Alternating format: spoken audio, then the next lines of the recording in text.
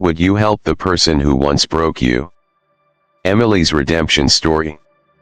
What if the person who shattered you was the one now starving in front of you? In the quiet mist of a New Jersey winter night, a man sits in his car outside a wedding reception, his hands on the steering wheel, but his heart somewhere else. What happens next will change how he sees forgiveness forever. New Jersey. Late winter, with a gentle fog blanketing the night. Golden wedding lights shimmered on the windshield like floating lanterns in the dark. A soft jazz tune played in the car, but Daniel Carter wasn't listening. His eyes were fixed on the stream of people leaving the banquet hall, laughter, clinking glasses, dresses sweeping across tiled floors. It all felt distant, even though he had just been the guest of honor. Beside him, Sarah, his wife of 2 years, adjusted her coat. "That was a lovely wedding," she said with a smile. Daniel nodded slightly, his hand on the wheel, but he didn't start the engine. Something made him pause. His gaze drifted toward the far end of the parking lot, near a trash bin beside a closed convenience store. There, in the blurred shadow of a street lamp, was a woman. She was hunched over a public garbage can, digging as if searching for something still edible. Her hair was matted, her old hoodie stained with dust and mud, her body frail, her back curved from cold and shame. Her hands trembled as she picked up a disposable food container and shook it gently, checking for leftovers. Sarah squinted. "Oh no. Look at her," she whispered, placing her hand over Daniel's. "Dan, can you give her something? She looks utterly lost." Daniel said nothing. He opened the car door like a reflex. Each step toward the woman felt like a sob rising from his chest. The air was thick with the smell of trash, stale food, and the human scent of someone who'd slept outside for far too many nights. The woman looked up, sunken eyes, red from the cold and from shame. And time stopped. Emily. Her name left his lips like a spell. Emily Carter, the woman he had once loved more than life itself. The woman he married as a broke law student with only a few $100s to his name. The woman who disappeared from his world 8 years ago, leaving behind a wound that never healed, was now standing before him. Beside a garbage bin, holding a piece of moldy bread. Emily looked at him. For a moment, she froze. Then she seemed to understand. Her eyes dropped. Quietly, she set the bread down on the wet pavement, and with shaking hands, pulled her hoodie up to hide her face. "Dan," she said softly. Almost a whisper. But he heard it too clearly. Daniel didn't ask anything. Didn't scold. Didn't cry. He quietly pulled a $20 bill from his pocket. Then another. His hand trembled, but his eyes were calm. "Here. Just eat something warm tonight." Emily looked up. Tears spilled uncontrollably. She didn't take the money. She just stepped back. "I'm not asking, not from you." Daniel stepped closer and placed the money beside her torn bag. "It's not for you. It's for my peace." Then he turned and walked away like the meeting had never happened. Back in the car, Sarah asked, "Are you okay?" Daniel nodded, but his face had gone pale. "She was someone I used to know." Sarah wanted to ask more, but Daniel's eyes were somewhere else, maybe in an old train station, a small Ohio apartment, or in the dreams that still came every night. What would you do if the person who broke you was the one now begging for your kindness? Comment 1. If you believe Daniel did the right thing. 2. If you would have chosen differently. Ohio, 8 years earlier. There are autumn days in Ohio when the sun falls like golden leaves, quiet, gentle, and full of hope. Daniel Carter, then a final-year law student at a public college in Columbus, lived in a small third-floor room of an aging house where the winter wind howled through cracked windows, but the rent matched the budget of a student surviving on loans. He didn't have much, just an old bicycle, a second-hand laptop, and a blurry dream of justice. But something inside him always burned bright, a belief that if you lived with kindness, good things would eventually find you. Then came Emily like a beam of light into that gray world. She was a fine arts student at the same college. They met during a student art show on campus. Emily stood before one of her own paintings, an abstract chaos of color, full of scratches and wild, emotional brush strokes. Daniel passed by, paused, and murmured, "It feels like rage trying to learn how to cry." Emily turned to him and smiled. "That's the nicest way anyone's ever insulted my work." From that day on, they shared endless coffee dates and long talks about philosophy, law, art, and injustice. Emily had a wild view of the world. She had once run away from home, lived in her car for a while, and worked 3 jobs to afford school. Daniel was her opposite, slow, calm, steady. But maybe that contrast was what made them magnetic. Daniel loved Emily the way a man loves for the first time, completely, recklessly, without defense. He wrote her handwritten letters, each line a quiet vow. He gave up eating red meat because she was allergic. He earned a scholarship to save money, then spent most of it on a leather jacket she'd admired in a shop window. One rainy night, under the dormitory awning, Daniel proposed. "I know we're broke, and young, and unsure of everything. But I'm sure of you."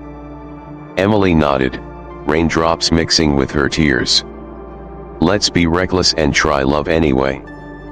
They had a simple wedding. Just a few friends. A pizza shop instead of a reception. A cheap studio apartment. Daniel started interning at a small law firm. Emily took freelance illustration gigs and sometimes worked as a barista at an indie cafe. At first, they were happy. Every morning, Daniel made coffee. Emily painted. Every evening, they curled up together and spoke of distant dreams. Daniel believed that even in scarcity, having each other was enough. But then, things changed. Emily grew restless. She said she didn't want to feel like someone just tagging along.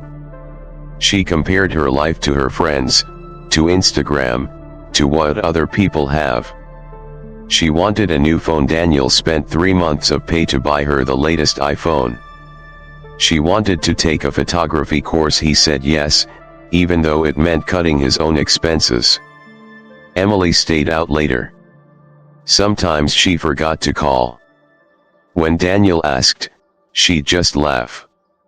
"Relax. I'm not a prisoner, Dan." He said nothing because he loved blindly. One night, while washing dishes, Daniel saw a notification light up on Emily's phone. "Hey. I'm in town this weekend. Let's catch up?" Alex R. He felt a chill run down his spine. Alex Reynolds.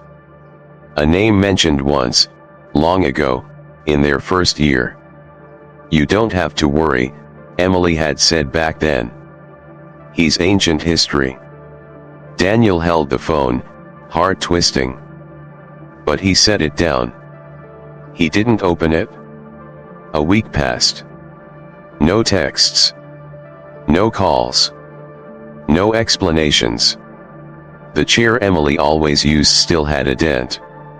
The lavender plant on the balcony began to wilt. Every morning, Daniel still washed, an extra mug habit of someone not ready to believe he'd been left behind. He called her parents. Emily's mother, Margaret, answered with a cold voice. "Daniel, if you're calling about Emily, I can't help you. You don't know where she is. We haven't spoken in a long time. She chose her own life. I don't interfere anymore." Daniel sat in silence. The line went dead. The hum of the dial tone echoed like the final break of a memory he wasn't ready to let go. On the 10th day, he received a text from his friend Jason in Chicago. "Bro, hate to be the one to tell you.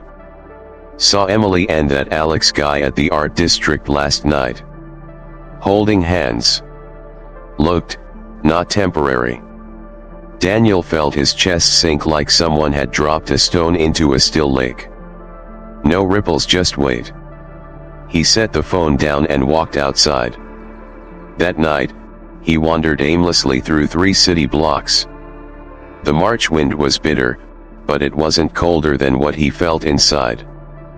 Day 12. Daniel went to Chicago. Alone. He told no one. He found the last address Emily had ever texted him, a small studio apartment near the art district. The door was locked. On the mailbox, it read, Reynolds/Carter. He stood there for a long time. His hand trembled, but he didn't knock. In the end, he left a small note written in blue ink. "If you ever look back, know that I loved you when you didn't deserve it." Then he turned and walked away. Without looking back. 1 month later, Daniel moved out of his old apartment. He quit the small law firm, cut ties with close friends. He wanted to disappear from everything that had once been shared, like burning himself out of his own memories. His mother, Helen Carter, a retired teacher, came to visit. When she saw her son meditating in the attic, visibly thinner, eyes sunken, she didn't ask much. She simply sat beside him, gently placed a hand on his shoulder, and said, "You've loved, and you've hurt. But what makes a man is not who left him, it's how he returns to himself." Daniel didn't respond.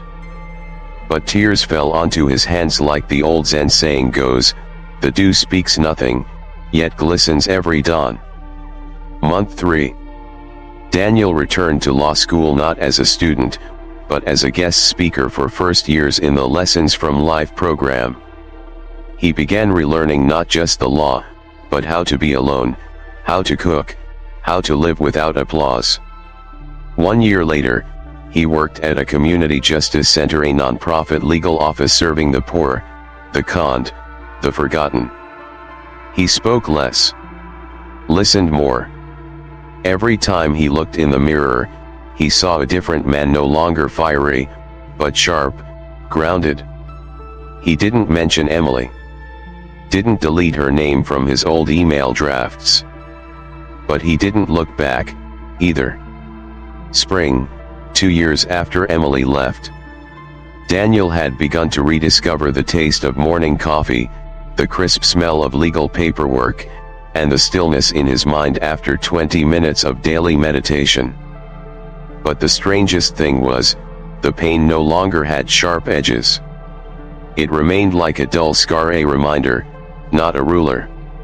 He no longer asked, "Why?" Instead, each morning he asked, "Who can I help today?" One weekend, his office hosted a community workshop on legal rights for single mothers. Daniel hadn't planned to attend, but a colleague insisted he interact with the living more often. Inside a small meeting room at the local library, as people filtered in and looked for seats, Daniel looked up and saw a woman trying to set up a projector. She wore a simple long dress, her hair tied back, smiling gently at people without trying to impress anyone. He walked over. "Need a hand?" She turned. Warm brown eyes. A voice soft as cashmere. "Always. I'm terrible with anything tech. I still use a flip phone." "Wow," Daniel chuckled. "You're either a minimalist or a rebel." "Both," she smiled, and extended her hand. I'm Sarah. Sarah Mitchell, a kindergarten teacher, 36 years old, lived 3 blocks from Daniel's office. She had come to the workshop as a support worker for children from abusive homes. She didn't talk much, didn't show off, but whenever someone needed help, she was already there. Daniel didn't know why, but he felt calm around her. It wasn't the dizzying kind of love he'd felt for Emily. There was no lightning strike. Just peace. Like the world could be falling apart, but near Sarah, it quieted. Their first conversation lasted 3 hours. They spoke about children who'd watched their mothers be hurt. About the legal system's lack of compassion. About the butternut squash soup Sarah made every Sunday. Sarah didn't ask about Daniel's past. She didn't need to know who had broken him. She only cared whether he still wanted to keep walking forward. The next week, Daniel invited her to dinner. A small Italian restaurant, no candles, no overpriced wine, just simple vegetarian pasta and a man slowly relearning how to smile. After dinner, they walked through a park. Sarah said, "My mom died of cancer when I was 16. She once told me, no suffering is meaningless if you can grow something good from it." Daniel nodded and replied with just one sentence, "I think I've met the right person." 6 months later, they moved in together. No grand announcement. No big reveal. Just Daniel clearing out a drawer for Sarah. And Sarah cooking an extra bowl of soup on Sundays. Sarah knew Daniel carried wounds. She didn't try to heal them. She simply lived beside him like a still lake, not reflecting, just holding. 1 year later, they held a small wedding in the backyard of Daniel's mother's home. Sarah wore a simple linen dress and went barefoot. Daniel read his vows with slightly trembling hands but with calm in his eyes. When the officiant asked, "Do you promise to hold this woman through every storm, including when old ghosts return quietly in your sleep?" Daniel answered, "I do. And I vow never to let the past steal the present again." One autumn evening, Sarah and Daniel were leaving her cousin's wedding, a warm gathering filled with laughter and soft yellow lights. Sarah had kicked off her heels, her hair tousled gently by the breeze as she wrapped her arm through Daniel's. As Daniel reached for the car door, Sarah froze, her eyes fixed on a dark corner of the parking lot near a restaurant dumpster. "Wait. Dan, look," she said, pointing softly. In the dim glow of a street lamp, a figure hunched over the trash. A woman, hair disheveled, hoodie torn to threads, her face nearly hidden under the hood. She carefully pulled out a foam container of leftovers. Her hands shook. Her eyes darted around like someone terrified someone might steal her last bite of food. From a distance, she didn't even look human, she looked like part of the trash. Sarah covered her mouth. "Oh God, she looks like she hasn't eaten in days." "Probably hasn't," Daniel replied, his voice lower.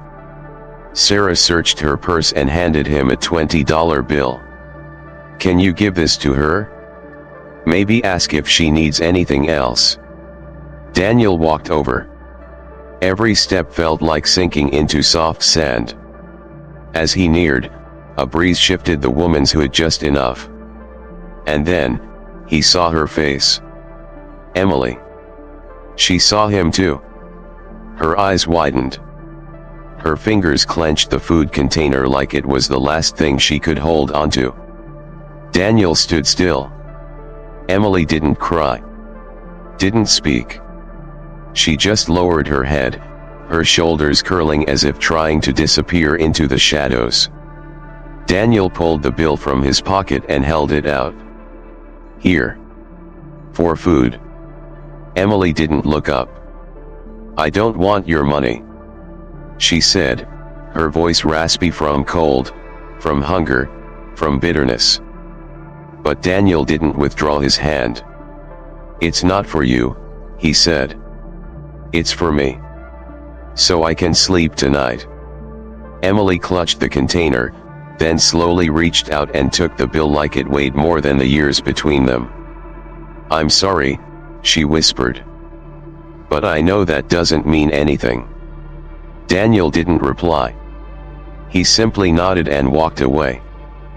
Back in the car, Sarah saw his face had changed. Not exactly sad. Not angry. Just hollow.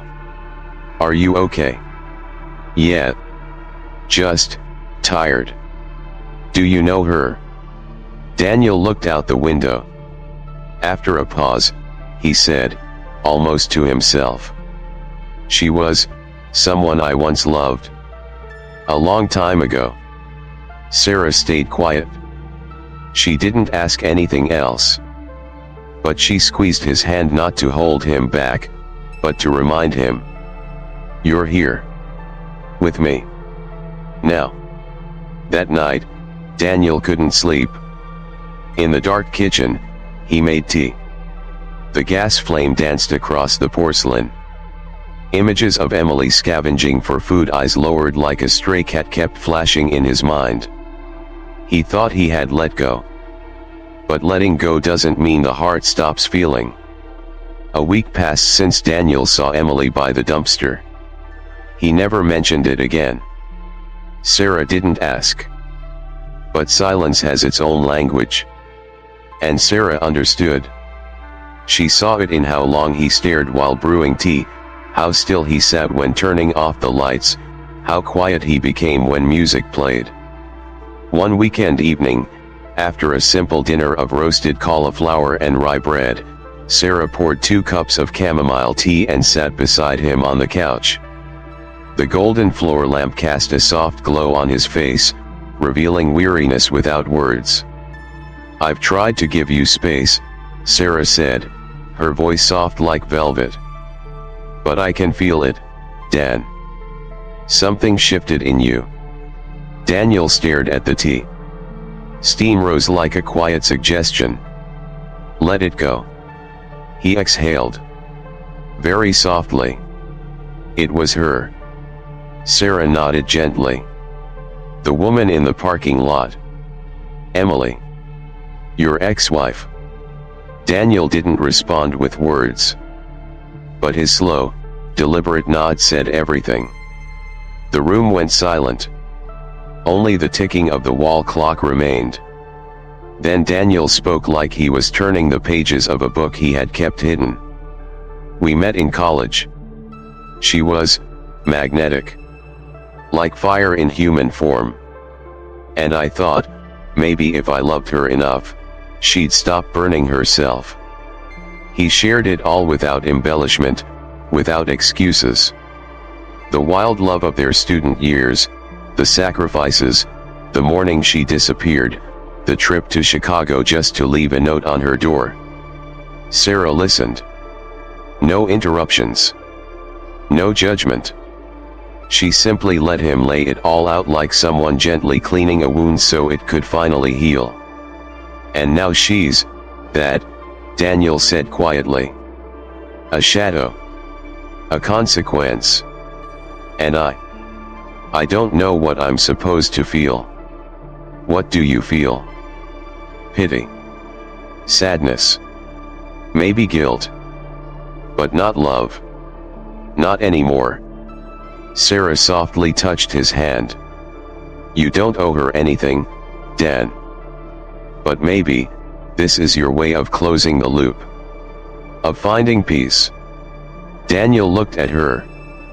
Gratitude in his eyes. "You're not angry?" "No. Not even jealous." Sarah smiled. But it was the smile of a woman who had learned how to love someone with a past. Jealousy comes from fear.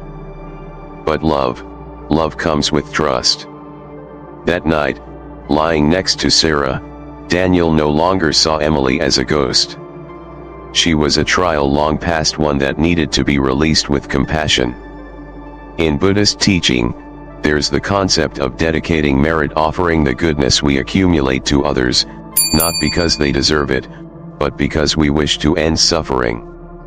Daniel wasn't ready to forgive Emily, but he was ready to stop letting resentment cloud his present. Monday morning. Daniel sat in his office, eyes on the screen, but mind elsewhere. A half-finished legal brief blinked on his laptop, but the words scattered like waves breaking on a shore, dissolving, rising again with questions that had no answers. How did she get there? Was it all her fault? Did she ever regret it? He didn't want to go back, but he couldn't move forward without understanding how someone who once meant the world had become someone rummaging through leftovers in the cold night. That evening, as Sarah cleaned up the kitchen, Daniel walked over. I need to know about Emily. He nodded. I know closure doesn't come from answers, but maybe it comes from trying. Sarah set down the towel. She looked at him like she'd been waiting for him to say those words. Then let's find out together. The next day, Daniel dug out an old college notebook where he had stored wedding guest contacts from long ago. A few pages in, he found the name, Margaret Olson, Emily's mother. Blue ink, neatly written beneath emergency contact. He wasn't sure the number still worked, but he dialed anyway. It rang once, then twice. Hello. A tired, raspy female voice. Hi, is this Mrs. Olson? This is Daniel Carter. A pause. Then a long sigh. Daniel. I was wondering if one day you'd call. Daniel spoke slowly. Do you know what happened to her? Margaret sighed again, so long and weary, it felt like she was finally releasing a secret she'd held too long. After she left you, she and Alex moved to Chicago. For a while, they lived like rock stars. Parties, art shows. But it didn't last. He cheated on her, used her, took her money, then left. She came back once, said she had nowhere to go. I couldn't take her in. She'd broken too many things. Since then, I've only heard pieces. Rehab, a shelter, then nothing. Daniel sat in silence. Not because he was shocked, but because of the stillness in how it was told. As if everyone had grown too used to Emily's self-destruction to still be sad. That night, Daniel told Sarah everything word for word, detail for detail. Sarah was quiet for a long time, then said, she fell, but no one caught her. Daniel nodded slowly. And now she's not just broken. She's invisible. The next day, Sarah suggested they visit a nearby homeless support center close to the restaurant where they had seen Emily. They arrived at a place called Open Hands Shelter, which offered warm meals and beds for unhoused women. At the front desk, a middle-aged woman in a gray blouse welcomed them. We don't keep long-term records unless someone stays with us, she explained. But if she comes again, we'll let her know you're looking, if you want that. Daniel thought for a moment. No, I just needed to know someone is trying. On the way home, Sarah asked softly, do you feel better? No, Daniel replied. But I feel less heavy. Then he added, his voice like a prayer. Maybe forgiveness isn't a finish line. Maybe it's just the moment you stop trying to rewrite what already happened. A gray Saturday afternoon. Rain fell like the quiet tears of a world too busy to grieve. Daniel and Sarah sat in the small intake office of a women's shelter called Horizon Haven. Someone at Open Hands had told them, We once referred a woman named Emily here. She came and went. Unstable. But they might have records. A young social worker named Rena Alvarez met them. She carried the tired but sincere look of someone who spent her life trying to heal others while rarely sleeping herself. Emily Olson. Rena flipped through papers. Yeah. She was here last month. In and out. Didn't stay long. Doesn't like rules. But she's not a bad person. Just broken. Daniel nodded quietly. Is she here now? She usually comes by late evening, if she does at all. Want to wait? Sarah looked at Daniel. He didn't need to speak.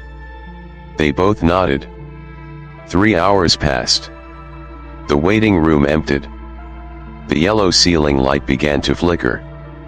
Daniel had stopped checking the clock. Sarah wrapped her scarf tighter around his neck, even though the room wasn't cold. Then the door opened. A gust of wind swept in, carrying the scent of damp pavement, faint smoke, and fragile hope. Emily walked in. Thinner. Her tangled hair curled like uprooted roots.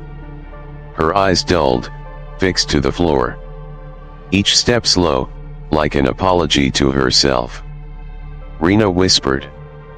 That's her. Daniel stood. But didn't walk forward. Sarah gently placed a hand on his back, a quiet anchor in the storm.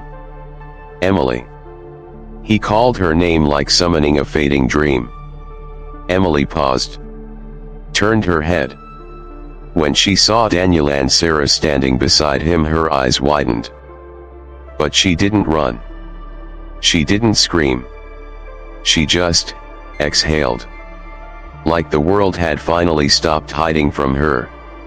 I knew it was just a matter of time, she whispered. They sat down. In the empty dining room of the shelter, the faint scent of soup lingering in the air. Emily held a cup of tea, her hands trembling like dry leaves. Daniel sat across from her. Sarah sat between them, not as a barrier, but as a bridge. I'm not here to accuse, Daniel began. I know. I wanted to know. What happened? Emily gave a bitter smile, a smile that cut her own throat. He left. Of course. After taking what he wanted. Then came the pills. The couch surfing. The shelters. And the part where no one even remembers your name anymore. She paused and looked at Sarah. You must think I'm disgusting. Sarah replied gently. I think you're hurting. That's not disgusting. That's human. Emily bowed her head. I don't want your pity. Or your forgiveness. I came here to disappear, not be found. Daniel nodded. Then we're not here to save you. Just to let you know, someone still sees you. There was silence. But the kind of silence that felt peaceful, not heavy. Sarah asked softly. Do you want help? A safe place to stay? Emily gave a weak smile. Help is a word people use when they want to feel better about watching you drown. Daniel leaned forward. No. Help is when someone brings you a lifeboat, but doesn't drag you into it. Later that night, Emily agreed to speak with Rena. They arranged a temporary bed for her in the women's recovery wing. She didn't promise to stay. But for the first time, she didn't run. Before leaving, Emily paused in front of Daniel and Sarah. I still don't deserve this. But thank you for not looking away. Daniel looked at her, his eyes no longer questioning, only compassionate. You don't have to deserve anything. You just have to begin again. 1 week after the reunion, Emily stayed at Horizon Haven. Not because she believed in anything good, Not because she wanted to change, but because she was exhausted. Too tired to keep running. Her room number 12, second floor, was a small single with whitewashed walls, an iron bed, striped gray sheets, and a dim yellow bulb. But compared to a park bench or a moldy basement, it was heaven. On the first morning, Emily woke up before the sun pierced the curtains. She couldn't remember the last time she'd slept through the night. No nightmares. No honking horns. No rats beneath the floor. On the wall, a small paper sheet caught her eye. Daily program, voluntary recovery schedule. 7 o'clock, morning meditation, 5 minutes. 8 o'clock, personal care and breakfast. 10 o'clock, craft or art class. 1 o'clock, group sharing. 3 o'clock, free rest time. 6 o'clock, dinner. 9 o'clock, lights out. Emily smirked. Meditation? Rest. I've got nothing left to meditate on. But still, she got up. At her first meditation session, she sat in a small circle with 3 other women and Rena, the young social worker. You don't have to close your eyes, Rena said, her voice as light as wind. Just breathe. That's all. Emily closed her eyes. But instead of peace, she saw Alex's face, the one who once said I love you before hitting her with empty promises. She saw Daniel sitting still at the dinner table, waiting for an explanation that never came. She saw herself dragging her suitcase out of the apartment, believing that freedom meant not needing permission. She opened her eyes. Her breath shaking. Rena placed a hand on her shoulder. Breathing means you're still here.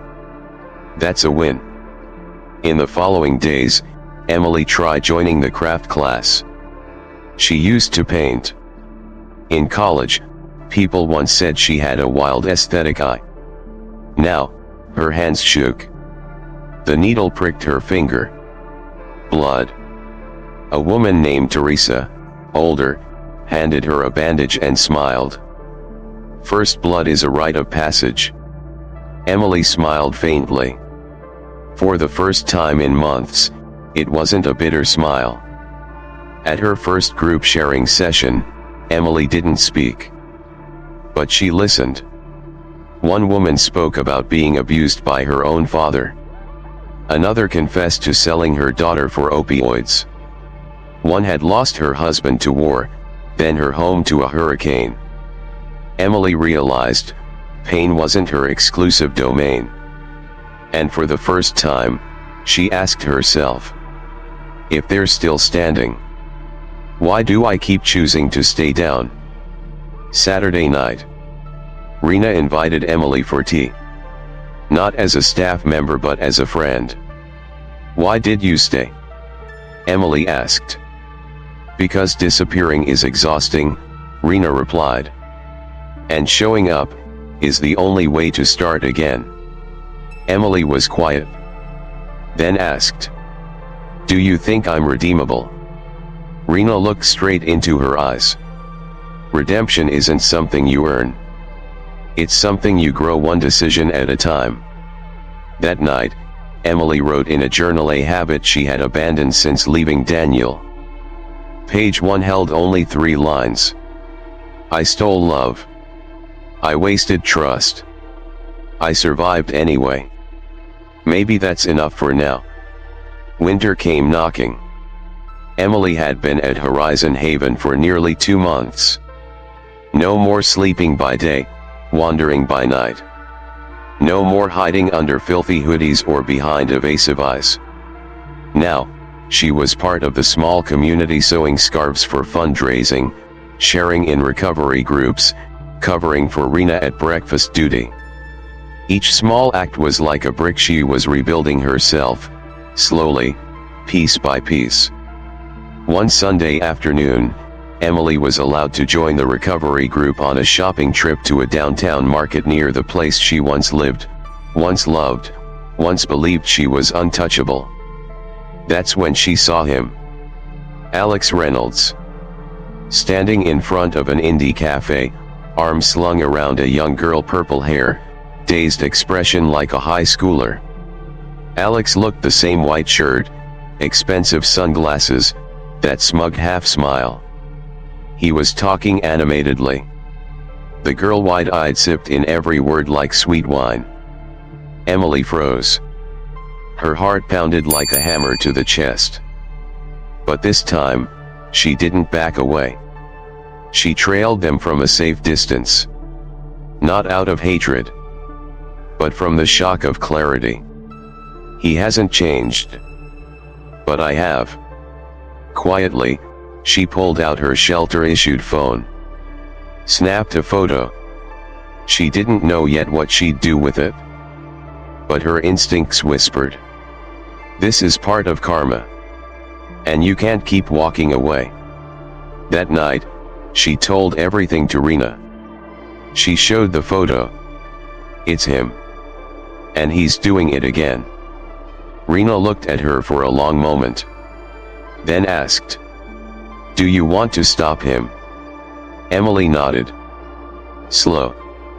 But certain. "Not for me. For her. For the others." A private meeting was arranged the next day in the center's counseling room. Present, Sanjay Kapoor, a volunteer lawyer with Horizon Haven known for helping women sue abusive husbands and romantic scammers. Sanjay listened carefully. Took notes. Then looked directly at Emily. "If we're going to build a case, we'll need more than a photo. Can you testify? Can you face your past?" Emily swallowed hard. She remembered the nights shivering from cold and fear. The smell of Alex's sweat after betrayal. The forced smiles. She looked up. Met Sanjay's eyes. "I'm not afraid of my past anymore. If it helps someone else, I'll tell everything." The plan was set in motion. Rena and Sanjay suggested Emily return to the cafe, this time with a proper phone and recording device. They would also try to identify the purple-haired girl who might still be in danger. Emily agreed. But the night before, she meditated for a long time. "I know rage flares like fire. But please, let me be like a candle burning, without destroying." The next morning, Emily returned to the cafe with Rena, posing as an old friend grabbing tea. Alex appeared again, this time with a new girl. Blonde. Glasses. Young. Same smile. Same touch. Same predator. Emily sat behind a partition, recording every word. The promises, the charm, the manipulation. Encouraging the girl to leave home to pursue art and free love. She left the cafe with evidence in hand. No tears. No tremble. "This isn't revenge," she told Rena. "It's prevention." Monday, 9 a.m.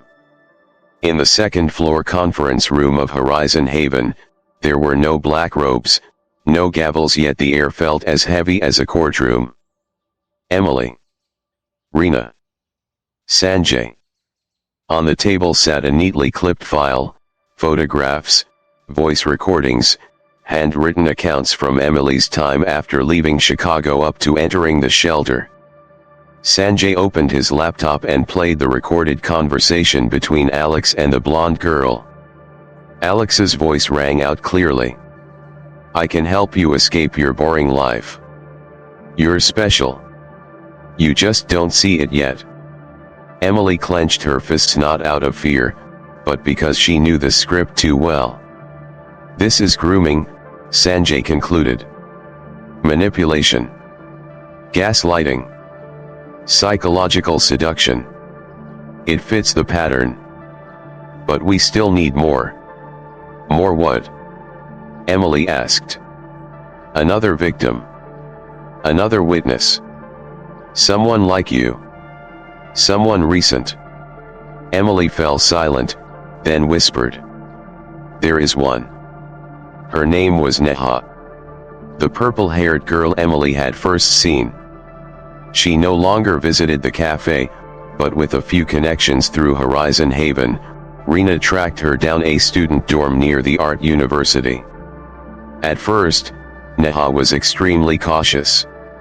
She didn't trust anyone, especially a stranger claiming to have been hurt by the same man. But Emily wasn't there to accuse. She simply said, "He used to say the same things to me. Then he emptied my soul the way he emptied my bank account. You don't have to talk to me. Just, don't go silent." She left a phone number and a handwritten note. "You are not weak for trusting. He is weak for breaking it." 2 days later, Neha called. Her voice trembled, but underneath the fear was anger. "He told me he'd marry me. Asked me to take out a loan to invest in his studio. Now he won't even return my calls." Rena arranged a meeting at the community legal center where Sanjay worked. There, Neha told her story. No holding back. No excuses. She still had text messages, photos, even emails from Alex promising marriage. The evidence was clear: a deliberate, repeated pattern of emotional and financial exploitation. Sanjay leaned back, deep in thought. We may have enough to press charges. Fraud. Coercion. Emotional abuse. Emily turned to Neha, the young woman fighting back tears. "You're braver than you think." Neha gripped Emily's hand. "I thought I was the only one. Until I met you." The legal file was officially prepared. Sanjay began drafting a criminal complaint against Alex Reynolds, charging him with romantic fraud for financial gain, coercive manipulation, grooming of a potential minor, if Neha had been under 18. Rena called an independent press agency. "Get ready," she said. "This case could open a deeper investigation into emotional exploitation in the liberal arts community." Before submitting the file, Emily reread her own testimony, handwritten, smudged in places with old tears. She didn't edit. Didn't erase. Didn't try to make it look cleaner. "Real wounds," she whispered. "Don't need makeup."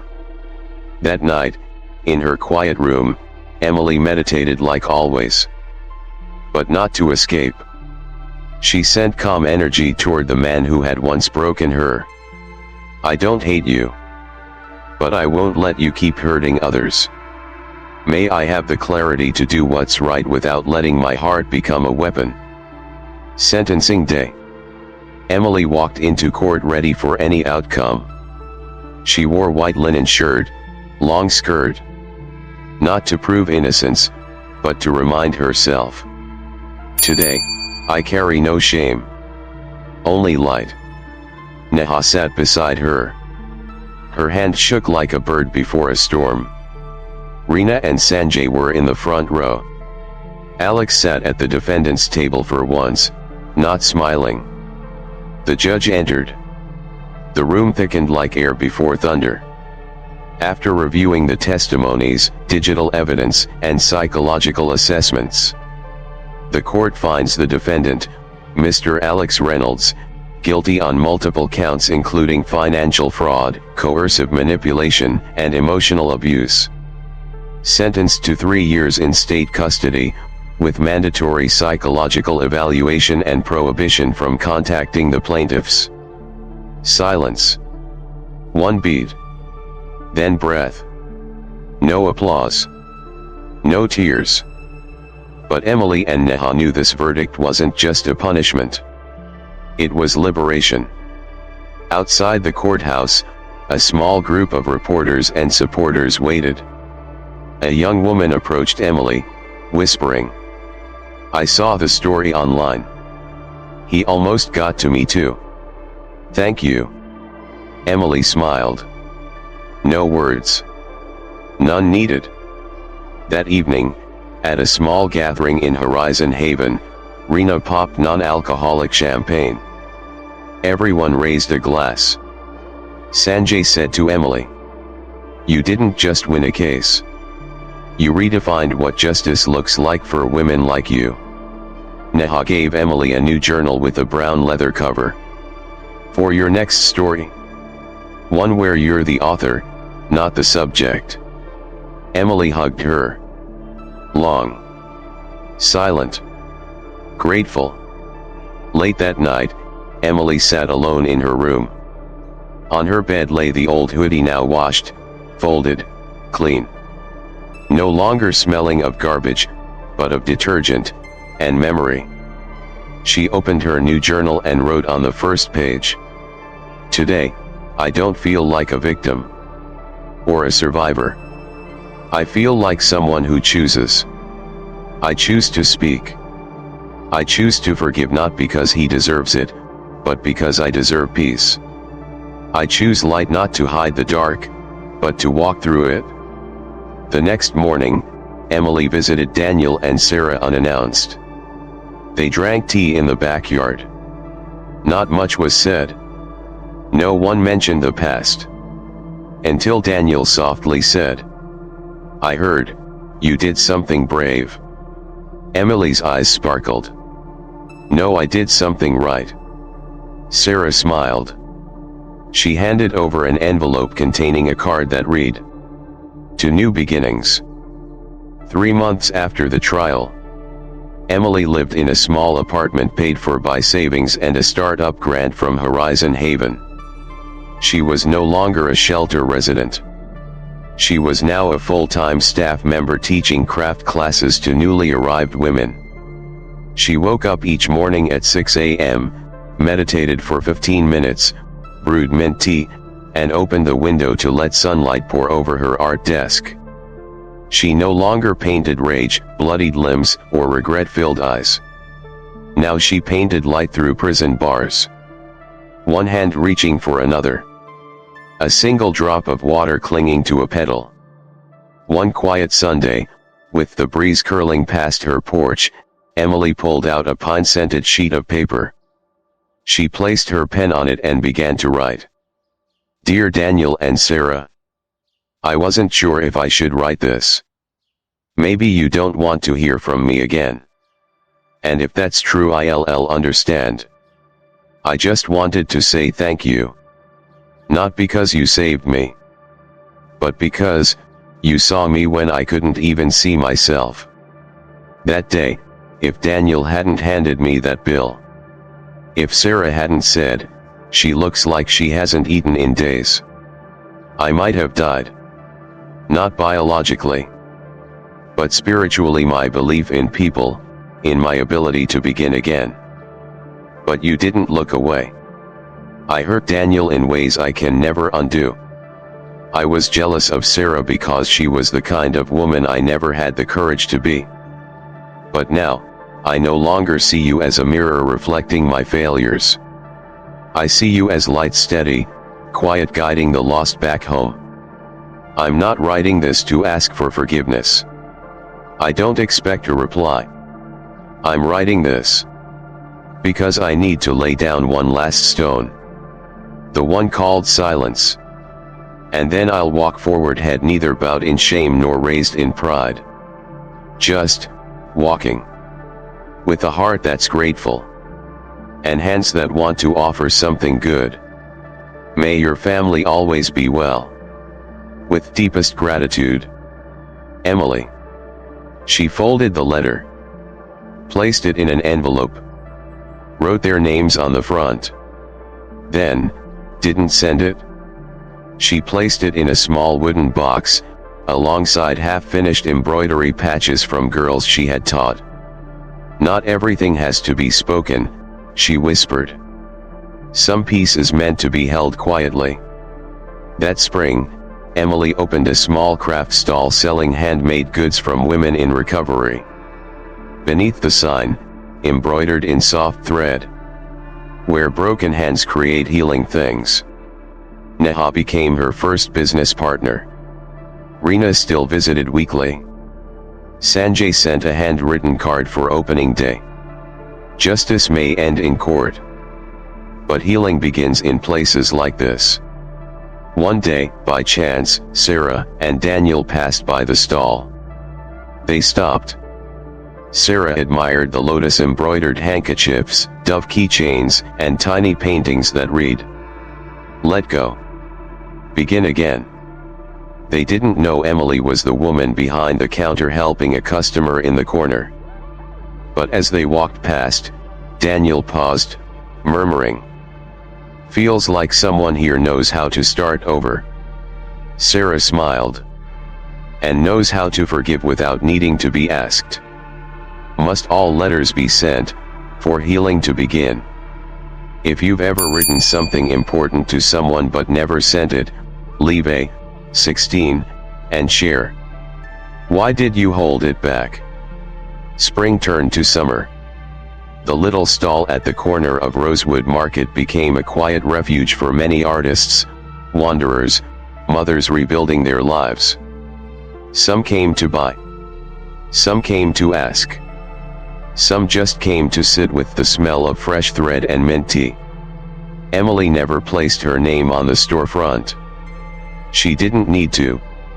Her presence was stitched into every item, every smile, every second chance. One evening, just before closing, she looked up from her table and saw a young woman standing by the door. Torn jeans. Hoodie sleeves chewed at the cuffs. Eyes that darted like birds. Emily didn't speak. She simply poured a cup of tea and placed it on the counter. The girl stepped forward, took it, hands trembling. Their eyes met. No questions, just recognition. Emily smiled. "You're safe here." Because once, someone had said it to her. And now, it was her turn.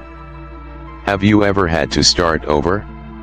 Have you ever held forgiveness like a quiet ember in your chest burning, not to destroy, but to light a path forward?